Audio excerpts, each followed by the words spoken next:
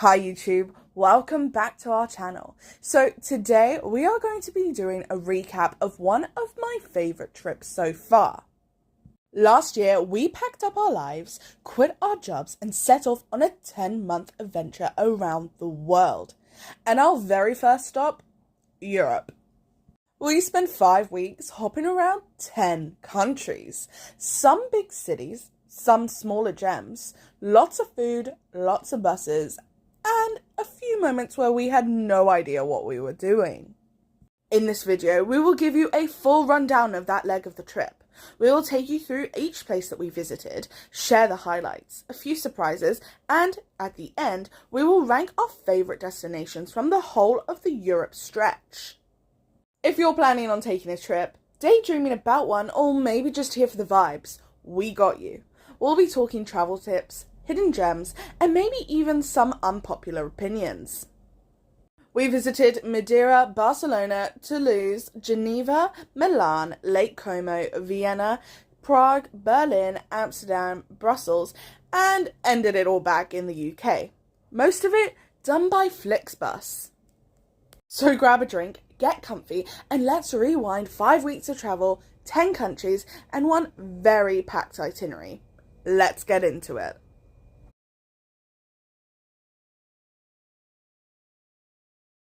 Welcome back to my channel. So today is my first ever vlog of my full-time travel. I'm leaving tomorrow to begin full-time traveling. I quit my job last week. It's crazy. I'm nervous, but excited, but nervous. So here we go. We kicked things off with a very early morning EasyJet flight out of Gatwick, headed straight for Madeira. Now, if you don't know, Madeira's airport is actually considered one of the trickiest to land at in Europe. It's literally built partly on stilts, surrounded by mountains and ocean, and the pilots need special training to even fly there. But honestly, we were feeling good. Everything was gonna be fine. Now, I'm not gonna lie, we were already slightly overweight on our bags, which, oops, but we made it through, grabbed a taxi, and headed straight for the hotel. This stop is actually extra special, because every 2 years, my family does a family reunion trip, and this year, we were all meeting in Madeira. It was the perfect place to start our trip. Warm weather, incredible views, and a chance to slow down a bit before 5 weeks of back-to-back cities. We are going to watch the sunrise at like the famous 3 peaks of Madeira. We are not doing the hike, but other people are doing it, and we're just going to watch the sunrise at a peak. We spent a few days exploring the island, and honestly, it lives up to the hype. Madeira is sometimes called the Hawaii of Europe, and yeah, it feels fair. We took the gondola up to Monte for some of the best views on the island, and then we did one thing you absolutely must do when you're in Madeira. We rode down a hill in a giant wicker basket. It's not a joke, it's a real form of traditional transport that they used back in the day. Now it's just really fun and slightly chaotic. We also did a walking tour through Funchal, which was super chill. Honestly, the best way to see the city. Learned about the history, tried some local food, and we were introduced to poncha, Madeira's signature drink. Made with sugarcane rum, honey, and lemon. 10 out of 10. Overall, Madeira was a wholesome start to the trip. It wasn't fast-paced or packed with touristy stuff, but it was just a really beautiful place to spend a few days catching up with family, swimming in the ocean, and exploring a new place. It gave us a chance to shift into proper travel mode. To the traditional thatched houses. I think these are the houses they used to have in the olden days. Yeah. We made it. It's one of those beautiful places that doesn't feel like anywhere else. There's so much nature, everything is built into the hills, and you're either walking uphill or downhill. There is no in between. It is stunning and we'd 100% come back. The one thing I would recommend is for you to hire a car so you can really get the best of the island. So we're going to drop some quick facts about Madeira that we learnt while we were there. It is an autonomous region of Portugal, and it's actually closer to Africa than mainland Europe. Cristiano Ronaldo was born there, and yes, the airport is named after him. And also, it is basically springtime all year round. How crazy is that? Look at the lemons on the lemon tree. Okay, so it's now time for the ranking. Madeira set the tone. Good weather, good food, good people. We were officially on the road, and from here, things were only going to get more chaotic. So, since Madeira was our very first stop, it obviously goes straight to the top of the list. It gave us everything we needed. Some family time, sunshine, a gentle start to the trip, and just enough weird adventures to keep it interesting. So for now, Madeira is top of the list. Let's see how long it stays there. Next stop, Spain. Let's go. From Madeira, we caught a short flight to Lisbon, where we were very tight on connection to Barcelona. But we were travelling through the Schengen zone, which meant no passport control and everything should be super smooth. Except we still had to grab our bags, change terminals and recheck in. It was a bit of a hustle, but we stayed optimistic, kept the best energy up and everything worked out just fine. Not to brag, but we had 2 hours and 25 minutes to check out, get out of our flight, get on the next flight, get the bags, switch terminals and check back in and go back through security, and we wanted to have lunch and we managed to do it under an hour. We've got an hour to the gate. I also think that was incredible luck and I'm so thankful that everything ran smoothly today because I did not know what we were going to do if we missed this flight. So a Ryanair hop to Lisbon, a quick Vueling flight later, and we were officially landing in Barcelona. This was the very first stop that we were on our own. No family, just the two of us. First proper leg of the tour. But we're in Barcelona. We're just a bit run down. We've been up since 4 a.m. I think we just need dinner and a good night's sleep. We had done a little travel before, so we felt ready. A little nervous maybe, but mostly excited. It was the beginning of something big and we were so ready to get into it. We had a day-to-day itinerary planned. If anyone knows me, you know that I have a type A personality and I just need to know what is happening each day of the week. But we left some space to explore and just feel the city. Barcelona is one of those cities where it's impossible to get bored. There's just so much going on. We started with a big bus tour. Classic, but honestly totally worth it. Sitting on the top deck, cruising the city, headphones in, wind in your face. Peak main character moment. I had to rush this morning because we had to be at Parkwell this morning. We just got a taxi here because the buses, their bus? Bus would have taken an hour. Just would have taken me an hour and that was like a 22-minute journey. It was only like £12, so it wasn't bad. But it opens in like half an hour, so we've got a while to wait. They're letting people in early, I don't know. We're gonna try. Now this is one of the most stunning places in Barcelona and probably top of my list of things to do here. We also visited La Sagrada Familia, which is hard to explain how incredible it actually is without seeing it. We didn't go up any of the towers because heights are just not for us, but inside it was more than enough. It's like stepping into a cathedral designed by aliens, in the best way. We spent a lot of time wandering through La Ramblas and the Gothic Quarter, which might be one of the coolest areas of the city we visited. And obviously, the food. Tapas, unreal. Paella, beautiful. Some of the best meals we had anywhere in Europe were in Spain. Okay, let's jump into some of the facts. Gaudi's work is literally everywhere. Even street tiles are part of his legacy. It is one of the most visited cities in Europe, but it has so many quiet little corners. Also, they don't eat dinner here until like 9 or 10 p.m. and, not gonna lie, we were really hungry by that time. Barcelona felt alive. It was busy, colourful, full of energy, but nothing overwhelming. The architecture is wild, the food next level, and there's something about the way people live here that makes you want to slow down and take it all in. This was our first real taste of solo travel on the trip, and it made us even more excited for everything ahead. After just 2 stops, we've already got a new number 1. Barcelona takes the top spot for now.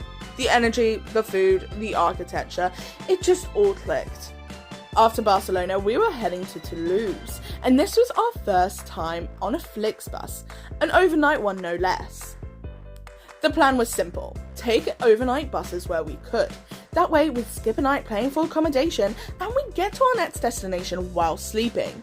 Or, attempting to. Anyone's on the bus. Okay, he fully reclined his chair and now it won't go up. The lights don't work. It's actually quite warm on here.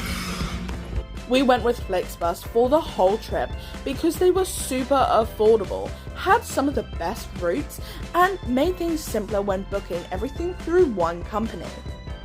Here are a few things to know about FlixBus. They run in over 35 countries across Europe. Wi-Fi is technically available, sometimes great, sometimes just there for emotional support. I wouldn't rely on it. And you can book, check in, and add any extra luggage all through their app, which honestly makes it so much easier. And most of the buses had charging ports, reclining seats, and even bathrooms. Although, those were best used in emergencies only. Trust us. For this leg, Barcelona to Toulouse, we booked an overnight option. It left late, arrived early. If you're travelling long term on a budget, this kind of travel is like a hybrid thing. Honestly, it's a game changer. We'll drop price breakdowns for each FlixBus as we go, so if you're planning a similar route, you can get a sense of what it might cost. Anyway, our overnight journey took us across the border into France, and by sunrise, we were in Toulouse. This one was a bit different, because we weren't just visiting as tourists, we were visiting as family. I actually grew up near here, not in the city itself, but a small village called Lectoure, just about 2 hours north of Toulouse, which is where we were going to be staying. I lived there for 7 years growing up, and a big part of why we were stopping here was to spend some time with my family. My dad still lives in the area, and so does my brother. So this part of the trip was all about slowing down, catching up, and just enjoying a bit of real life in the middle of all the travel chaos. We didn't pack an itinerary with lots to do, and it was also really hot while we were there, but we stayed optimistic, with lots of shade. It is very sunny, very warm, hot. Alex has his hat on. Alright, time to update the ranking. Toulouse was really meaningful for us, lots of family and a slower pace. But in terms of travel wow factor, it naturally ranks a little lower. It was a place we had both been to before, so there was no sense of newness.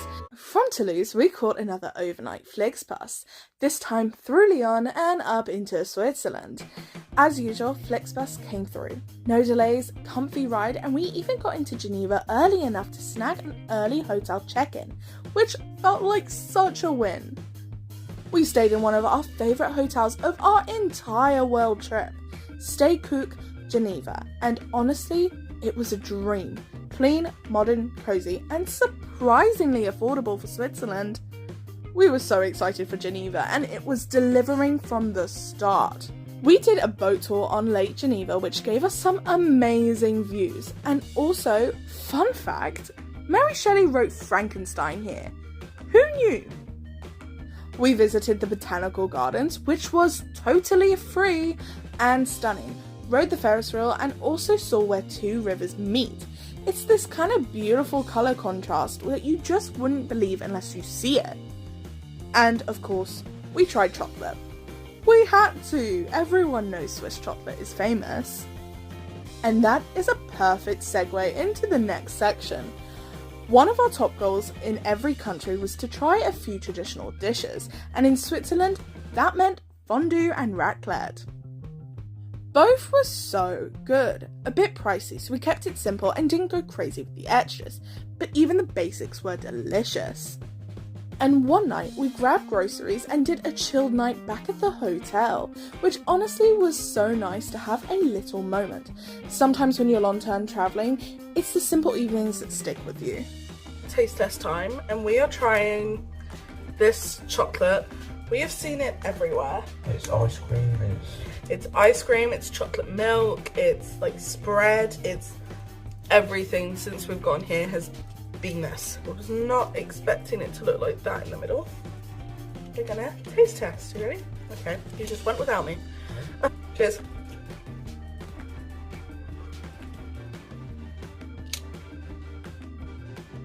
Yeah, 10 out of 10 would not have again. One of our favourite experiences was going for a swim in Lake Geneva. It was a super local thing to do. Early in the morning, loads of people were doing the same, some locals and some nervous tourists like us. The water was freezing, no lie, but it was so refreshing and one of the moments that you're like, yep, we are really doing this. We also booked a spa day, last minute, partly because it was hot and partly because we just felt like we needed a little treat. And it ended up being one of the most relaxing things we did the whole trip. Okay, so let's talk public transport for a moment. In Geneva, for tourists, public transport is totally free. How insane is that? You can take buses or trams and you don't have to pay a cent.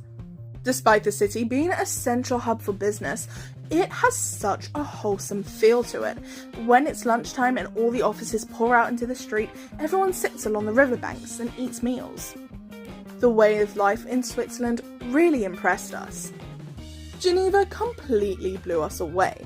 Between the blue water, the quiet energy of the city, and the Alps in the background, it was the perfect mix of chill and classy. And it had a real special feel. The city really has a rhythm to it. Yup, it's expensive, there's no hiding that, but honestly, it is worth every franc. That is another important thing to note. If you didn't know, Switzerland does not use the euro, they use francs. It is now time for an updated franc. And if you could not tell already, Geneva was in our good books. We were big fans of the city and we were not ready to leave. That is why Geneva is taking the top spot on our leaderboard so far. It just has this special feel to it that I just can't even describe. You'll have to stick it out to see if Geneva keeps the top spot. Next stop, Italy, Milan and Lake Como, and it's about to get very stylish, very scenic, and very carb heavy. After Switzerland, we crossed the border into Italy, and for the first time on the trip, we ditched FlixBus and took a blah blah bus instead. It was just slightly cheaper, and since it was only a 4-hour ride through the Alps, we wanted to be awake for this one, which is 100% the right choice. The route is insanely beautiful. We arrived in Milan just at midday. Just arrived at the hotel after a long day of travelling. I haven't actually said where we are yet. We're in Milan! Hey, warm, busy, and already that very cool, very Italian energy. So now I think it's time we chat public transport. In every city, we try to figure out the best way to get around using the public transport because it saves money and honestly, it's kind of part of the experience.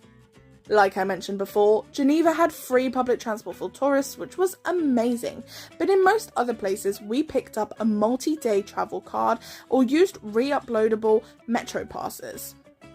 In Milan, we mostly used the metro. It was cheap, reliable, and surprisingly easy to navigate. Slightly less easy with suitcases, but we made it work. Milan was absolutely stunning. The Duomo is next level. We decided to treat ourselves and go all the way to the top. We took the elevator because stairs in 35-degree heat, not our vibe. Up there, the views were insane. all spears and statues and the classic white marble. It's actually one of the largest cathedrals in the world, and it took nearly 6 centuries to finish. We spent a lot of time in the Duomo area, which is super touristy, but kind of a have to. The Galleria next door is just gorgeous. And of course, we had to try the pizza and the pasta because Italy equals food heaven. That's just a fact. One thing to watch out for though is the cover charges. Most restaurants add a coperto fee for just sitting down. So don't be shocked when your €9 pizza turns out to be €14 with water and bread. Also, although you should be careful of this in every city, heads up for the scammers because we witnessed most of them in the Duomo area in Milan. Lots of people offering bracelets for you to take as free gifts, and let's just say they are not free. On one of our days in Milan, we took a day trip to Lake Como, and it turned out to be one of the highlights of our entire trip. We caught the train in the early morning and then grabbed a ferry across to Bellagio, one of the most beautiful little towns I have ever seen. The whole area looks like it was plucked from a movie set, pastel buildings, little boats bobbing in the water, and mountains all around. Now, small note, Holly, may have accidentally fallen into Lake Como. Yup, just walking too close to the edge and slipped in. No swimsuit, no towel, just walking around the rest of the day wet. It's a good thing it was warm. We also hopped on the ferry and headed over to Villa Babiniano. We took the 20-minute walk and explored the entire place. It is so beautiful. Did you know that a James Bond film was filmed here? We then took this adorable, very Lake Como style boat back from the villa. Now you do have to pay for this boat, but honestly we were not wanting to face that hill again and it looked so beautiful we wanted to give it a go. So you do need to buy a ferry travel pass, but it's totally worth it. It's a really fun way to see the lake and bounce between towns. Just maybe stay away from the edge of the water. Now, something to be aware of is that travelling from Milan up to Lake Como for the day is a very popular thing for many people to do. So you are not going to be alone during any of these activities. It can be very busy at times. Okay, so let's do the vibe check and wrap up this whole thing. Milan and Lake Como are hard to separate. They were part of the same stop, but definitely very different energies. Milan had amazing food and beautiful architecture, but it was also really hot and very busy. We would totally go again, but maybe with a pool next time. Lake Como though, that was magic. Definitely one of the most beautiful places we visited and only scratched the surface. So for the ranking, it doesn't quite beat Barcelona or Geneva, but it definitely edges out France. We would probably have to place Milan and Lake Como in 4th place. Next up, Vienna, a brand new country for us both and a whole different kind of city vibe. We took another FlixBus to get there, this time with a layover in Munich. It was a smooth ride, easy transfer, and honestly a great chance to stretch our legs. Once we got into Vienna, we jumped straight onto the metro. Super clean, easy to navigate, and definitely one of the best ways to get around. I haven't actually said where we are yet. We are in Vienna! We made sure to hit a few key stops while we were here, and this is definitely one of the more historical cities on the trip. We visited Parliament, walked some of the opera houses and museums, and then made our way to Princess Sisi's palace. Well, Empress Elizabeth, technically. She was basically Austria's version of Princess Diana. Super famous for her beauty, her personal struggles, and kind of this tragic life story. They had displays of her gowns, her poetry, her actual rooms. It was fascinating. We also spent a morning at Schlossbern Palace, and it was stunning. The palace itself is massive, but if you walk into the gardens and the hills, you suddenly feel like you're in a real-life version of, like, Versailles. You can even walk up the hill to see the Grand Gillette, which has the best panoramic views of the whole palace grounds. If anyone knows me, they know that I am absolutely obsessed with all things like royalty and history, so this was definitely one of my favourite stops on the city so far. Okay, on to the food. We had a list and we ticked off some of the classics. First, a schnitzel. We absolutely had to. So crispy, so good. We also tried this local sausage at Prague Park, which was basically this hot dog stuffed with cheese. It sounds intense, but it tasted so good. And obviously, apple strudel. Warm, sweet, cinnamony, and just the perfect treat after walking around all the palaces all day. Alex's absolute favourite is anything cinnamon, so he was so here for it. Cinnamon bun after dinner. Alex's like absolute favourite thing is cinnamon buns, and we got a lemon flavoured one. So he's very excited. Okay, go on, give it a taste. Yummy. We also had a few local beers while we were here, and they were top tier. Vienna knows how to feed you. Vienna also has some of the top tier souvenir shops. I have this whole collection going, and this city had some of my faves. Funniest thing, some of the magnets and postcards had this thing saying Austria is not Australia with kangaroos crossed out. Apparently that's a mix-up that happens a lot, which is just wild to me. We also definitely made sure to stop by Prague Park, which was so much fun. Lots of rides, old school amusement park vibes, and great for just walking around with a beer and enjoying the evening. It's so cute here. We were saying how, like, imagine just having this in the place that you live and it's free to come here. And everything's actually pretty reasonably priced. Like, The rides are like €5. yeah, the rides are like 5 each, but like, basically, I mean, I'm pretty sure the UK is like $3.50 now, I'm so, sure you can buy a ticket. Well, we haven't really looked at doing Yeah. on the start going on. but yeah, Right. it's really cute. I reckon you could buy a ticket. Like a maths ticket or something, yeah. Okay, so it's now time for the ranking. Vienna just has like everything. Beautiful streets, amazing food, rich history, peaceful parks, and even a bit of humour. It definitely gives me similar vibes to Paris, and I'm here for it because that's one of my favourite cities. Okay, let's get straight into the ranking. Vienna absolutely delivered. For me, it was a perfect balance between culture and calm, and a bit of magic. When it came to the ranking, Alex and I had a little bit of argument on which one went top spot, but I did in the end have to agree with him that Geneva still holds that top spot. Next up, Prague, and this was actually a return visit for me. I came here back in 2020 with a bunch of uni friends, but this time it was midsummer, and honestly, I kinda liked it more. But we're in Prague! We spent most of our time here around the old town in the Gothic Quarter, just wandering through the streets, checking out the souvenir shops, and soaking in the super classic Prague energy. We of course headed up to the castle and had to check out. It is so beautiful up there. We then made our way across the Charles Bridge, which honestly, how can you not go to Prague and not cross the bridge? There's something about Prague that's kind of like Amsterdam. Cool, quirky, scenic, and a little less chaotic. We also made sure to try out the ice bar, which was freezing but really cool. It's one of those like gimmicky tourist things that you think is cheesy, but it ends up being a good laugh. We even went to this full-on medieval show.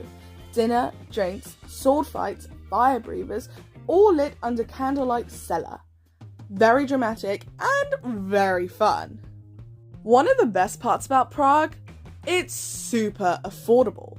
Food was cheap, hotels were reasonable, and even though we're big public transport fans, we didn't realise that Ubers were going to be so cheap.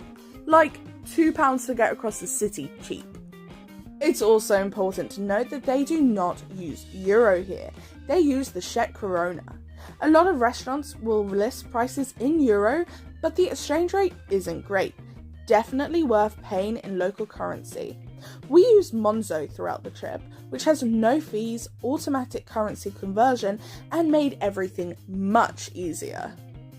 Okay, so as you can tell, we really loved Prague, but this put us in a really tricky spot when it came to the ranking.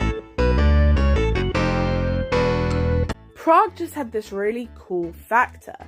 It's fun, it's beautiful, it's affordable, and there's always something random that you can get up to.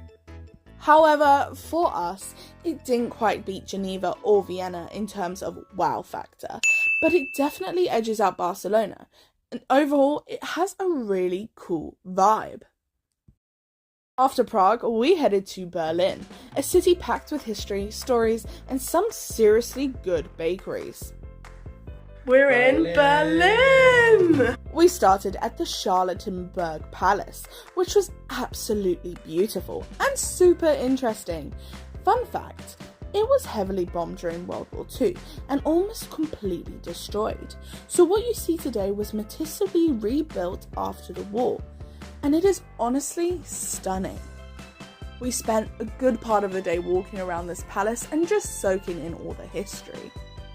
From there, we decided to dive straight into all of the history, visiting the Reichstag, walking around different sections of the Berlin Wall, and just spending time reading.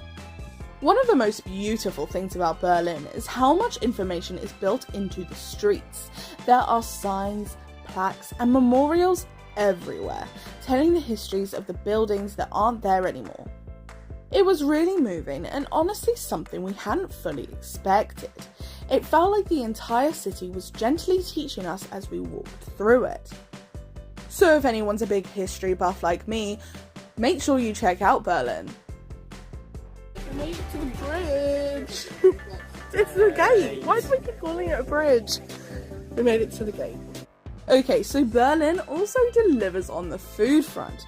We started strong with some bakeries. Germany just knows how to do pastry. We had one right around the corner from our hotel, so it was super convenient for the mornings. We also obviously had to check out a doner kebab, which, yes, might surprise people, but it's a massive part of German street food culture, and it was so good. And then, of course, the currywurst. Classic Berlin. Fun fact, currywurst was actually invented in 1949 by a woman who mixed ketchup and curry powder with grilled sausage. Sausage? Right.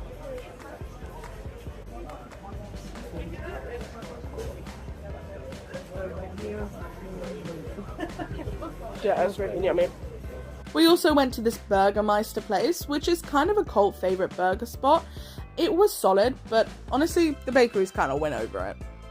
Okay, so I'm not gonna lie, the vibes of Berlin really shocked us. Looking back, I'm not really sure what we had expected, but we came away from the city with a whole new understanding. Just learning about some of the facts of the Berlin Wall and the implications of the fallout of World War II was just so interesting. Can we just say how decent vloggers we're being, the fact that we've got a tripod out in front of all these people? Like my video. Okay, so it's now time for the ranking. There's a seriousness to all the history, but it's full of art, creativity, and resilience. A place that used to be sits alongside of what is now, and it honours it in the best way possible. While we loved the relaxed summery feels of cities like Barcelona, Berlin earns a high spot just for how thought-provoking and impactful it was. For that reason, it is sliding in to spot number 4. Next up, Amsterdam. Canals, stroopwafels, bikes, and a lot of very cute streets. From the beginning, we knew Amsterdam was going to be a big one. It's a busy city with a lot going on, and we definitely packed a lot into our 3 days there. Anyway, now it's time to tell you where we are. We're in Amsterdam! We started with something really important, the Anne Frank house. It was sobering, powerful, and honestly one of the most moving experiences of the whole trip. It's not something you film really, but it just stays with you. And if you've ever been to Amsterdam, it's a must. From there, we switched the gears and hopped on a canal cruise, which was a cool way to see the city from a completely different angle. We also made sure we checked out the whole Heineken experience, and it was surprisingly great. You walk through the whole brewing process, some cool history, a few interactive bits, and then the beers start flowing. We somehow ended up getting a lot of more free drinks than we were supposed to. Like, every time we completed one of their little pouring challenges, another one would just appear. We're not complaining. So, who is closest to the start? To the shoulders of the start. The right one? I think so. Well, sir, what's your name? Big applause for Alex right here. The Heineken experience. We are about this much drunk. We had 2 drinks anyway, and then we got an extra 3 drinks for free. Time for a fun fact. Heineken started brewing in Amsterdam in 1864 and was one of the first beers to really focus on branding and global export. It's still brewed here, right in the centre of the city. One of the coolest places we also visited was Tony's Chocolate Bar, where you can design your chocolate completely from the wrappers to the toppings. The souvenir shops here were also super cute. From the little rubber duckies to the tulips, you can honestly get anything you want. Amsterdam is full of quirky shops, little alleyways, and the oldest street in the city. We spent hours just wandering through the places and one of the most uniquely fun cities we've ever visited. Okay, so of course we had to try stroopwafels, which was super tasty, as expected. Soft, chewy, caramel, yes please. We also tried the FEBO vending machines, which was definitely an experience. It's basically fast food behind glass, and you put your coin in and the burger comes out. It was okay, but probably not the best meal we had in the city. Overall, Amsterdam's food scene is pretty incredible. One warning, the bikes. The bikes are real. The bikes are fast. The bikes will not stop for you. Seriously, pay attention to the bike lanes. They are not decorative. We are trying to take photos on a lamppost. Again, lampposts in Amsterdam are not as steady as the lampposts in Prague, Berlin, both. But it's still cute, look. I think we nearly got run over by like 6 bikes. Okay, time for the rankings. Amsterdam was probably one of the quirkiest stops on this trip. It's lively, scenic, and full of character. We had meaningful stops, fun tourist stuff, and loads of just walking and wandering. The canals, the architecture, the ducks, the beers, it's all just its own vibe. For the ranking, it lands just behind Prague. We loved it, but Prague wins for the whole value and variety. Next up, Brussels, our last mainland Europe stop before heading back to the UK. We caught another FlixBus from Amsterdam, as expected. But first, we need to talk about something. So, I collect Starbucks mugs everywhere we go. They're cute, surprisingly artistic, and kind of my own little travel time capsule. Fun fact, the mugs vary by city and country, and there are over 400 official ones globally. They're only available in stores, so once they're gone, they're gone. The only problem? They're ceramic. Heavy ceramic. And by Brussels, my suitcase was in full mug overload. So, for the first time on the entire trip, FlixBus actually weighed my bag, and I had to pay an overweight fee. Still no regrets, I still had my mugs, but slightly annoying. We are in Brussels! We didn't have anything major planned for Brussels, and honestly, it felt right for that to be the last stop. We stayed mostly in the old quarter, wandering through the cobbled streets, soaking in the architecture, and just enjoying our last few days as part of this journey. We tried the classic Belgian fries, no mayo of course, some local food stores, and generally just grazed our way around the city.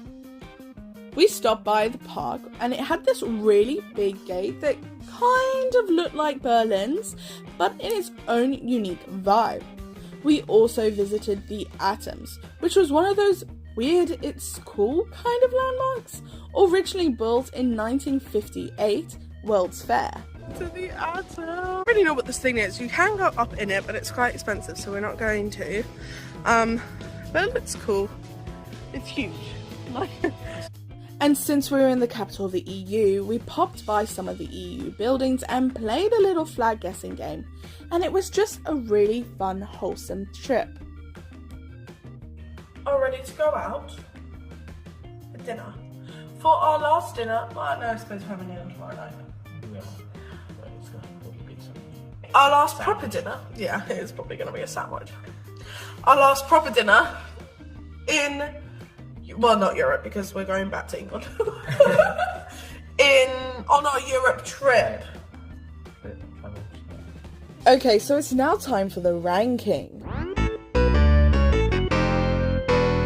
Brussels had this slower pace compared to some of the other cities, and I think after a full month of travel, we kind of needed that.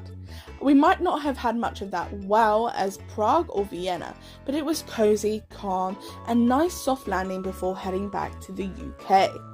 For that reason, Brussels is landing in at number 8. And with that, our European tour was completed.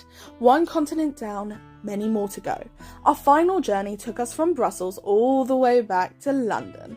One last overnight FlixBus, completed with a ferry ride across the English Channel. It was a bit surreal, honestly, sitting on a ferry, watching the sunrise over the water, realising that just 5 weeks had gone past zigzagging through 10 different countries. Once we landed in London, we caught the train back down to the south coast, officially closing the Europe leg of our 10-month adventure. We're on the way home. I want to be at home now. We're very tired. We're just like on get home mode. So, let's talk about our top 3 picks of this trip. Geneva, the lakes, the mountains, the calm luxury of it all. Absolute perfection. Vienna, culture, history, food, architecture. It ticked all the boxes. And Prague, fun, quirky, affordable, and just full of good energy. That said, every place had its moment. From gondola rides in Madeira, to the lake in Como, to bike dodging in Amsterdam. This trip had so much fun. Of course, we barely scratched the surface of Europe. We're now super keen to explore more, especially the Balkans. Think Croatia, Albania, North Macedonia, Serbia. We've heard that there's some really beautiful things to see there. We also want to head up north, up to Scandinavia to see Norway, Sweden and Finland. Those dreamy landscapes and cozy cities. And honestly, we would go back to Austria and Switzerland in a heartbeat. There is so much to see there. But for now, we're heading south. Like, really, really south. Because our next video is in Africa. We spent 2 months in South Africa and Zimbabwe, and we cannot wait to show you what we got up to there. Safaris, coastlines, cities, waterfalls. It's going to be epic. If you're curious how much this 5-week trip cost us in Europe, leave a comment below. We'll be putting together a full budget breakdown in a separate video, including all transport, accommodation, food, and some of the random little extras. And let us know in the comments what your favourite destination from this trip was, and where we should go next. Thank you for coming along. We've got a lot more countries to cover and stories to share. See you in the next one. Don't forget to like, comment and subscribe to see more.